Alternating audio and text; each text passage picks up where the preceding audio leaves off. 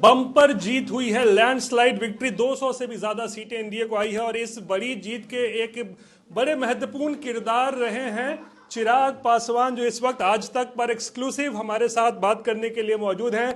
चिराग, ये बताइए, क्या माने, आपके लकी मैस्कट हैं आप, क्या हैं, हनुमान हैं, क्या हैं? इतनी जबरदस्त परफॉर्मेंस एनडीए का और आपकी पार्टी का भी। मैं बिल्कुल मानूंगा कि कहीं ना कहीं मेहनत रंग लाती है, एकजुटता रंग लाती है, विनम्रता रंग लाती है।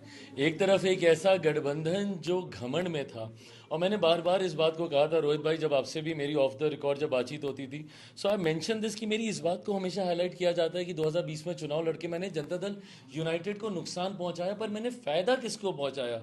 वो राष्ट्रीय जनता दल को उस वक्त उस परिस्थिति का लाभ हुआ था जिसकी वजह से वो इस अहंकार में आ गए थे कि बिहार की जनता ने उन्हें सबसे बड़ी पार्टी चुना, सबसे ज्यादा विधायक चुने। मैंने उस वक्त भी ऑन रिकॉर्ड, मेरे पिछले भी इंटरव्यूज अगर आप अपने साथ निकालेंगे तो I mention this on record कि अगर उस वक्त हम लोग यूनाइटेड एनडीए 2020 में भी लड़ता तो राजद 25 सीटें पार नहीं कर पाती।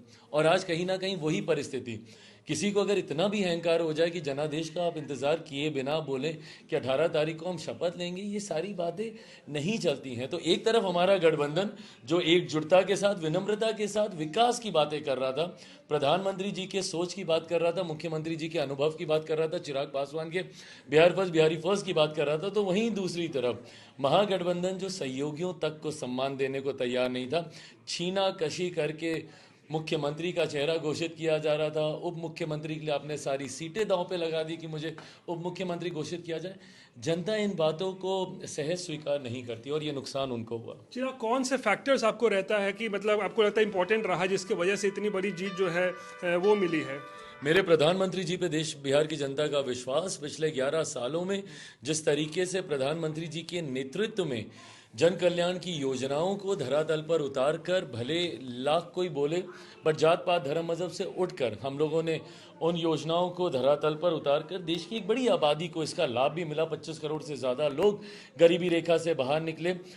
पिछले एक साल सवा साल में जब से तीसरी बार हमारी सरकार बनी केंद्र में, मेरे प्रधानमंत्री जी का 12-13 बार चुनाव से पहले बिहार आना, लाखों करोड़ों की परियोजनाओं को ना सिर्फ बिहारियों के लिए समर्पित करना, उनका शुभारंभ करना, बल्कि उद्घाटन करना।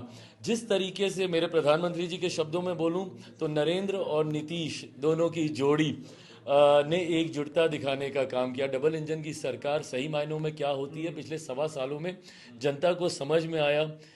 जिस तरीके से बिहार फर्स्ट बिहारी फर्स्ट की सोच का समावेश एनडीए गठबंधन के भीतर हुआ, मैं मानता हूं ये तमाम फैक्टर कलेक्टिवली रिस्पॉन्सिबल रहे इस जीत के लिए। पहली बार आपकी पार्टी के भी जो इतने सारे विधायक हैं, तकरीबन 19-20 तो अभी लग रहा है, वो विधानसभा में बैठेंगे। बिल्कुल बैठेंगे, और ये सही आप बोल रहे हैं, एक लंबे समय के बाद, बल्कि शायद पहली बार अपने विधानसभा का आपने जिक्र किया, पिछले बार, क्योंकि पिछली बार हाँ रिजल्ट आ गया था बट वो विधानसभा तक नहीं जा पाए थे। विधानसभा में उनकी शपथ नहीं हुई थी 20 साल पहले की जो परिस्थितियां बनी थी।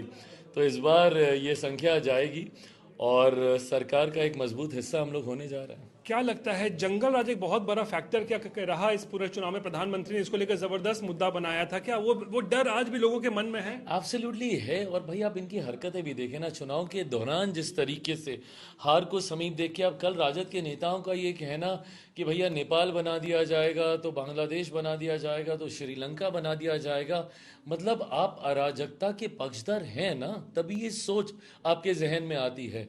हार को समीप देखकर सपने में भी एनडीए के किसी घटक दल के जहन में ऐसी बातें नहीं आएंगी। तो ये आपकी संस्कृति का हिस्सा रहा है जिसका समय समय पर आपने परिचय देने का काम किया अपनी हार को समीप देखते हुए।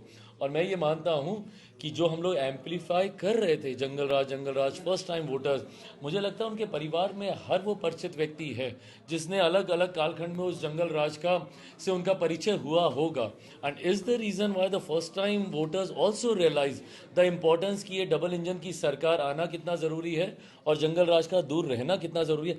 अब इससे ज्यादा कोई क्या धराशायी होगा? महागठबंधन इज प्रैक्टिकली कोलैप्स्ड। 2010 की स्थिति हो गई है। और नीतीश कुमार, टाइगर जिंदा है, टाइगर अभी जिंदा। तो टाइगर जिंदा है, चिराग पासवान यहां पर कह रहे हैं।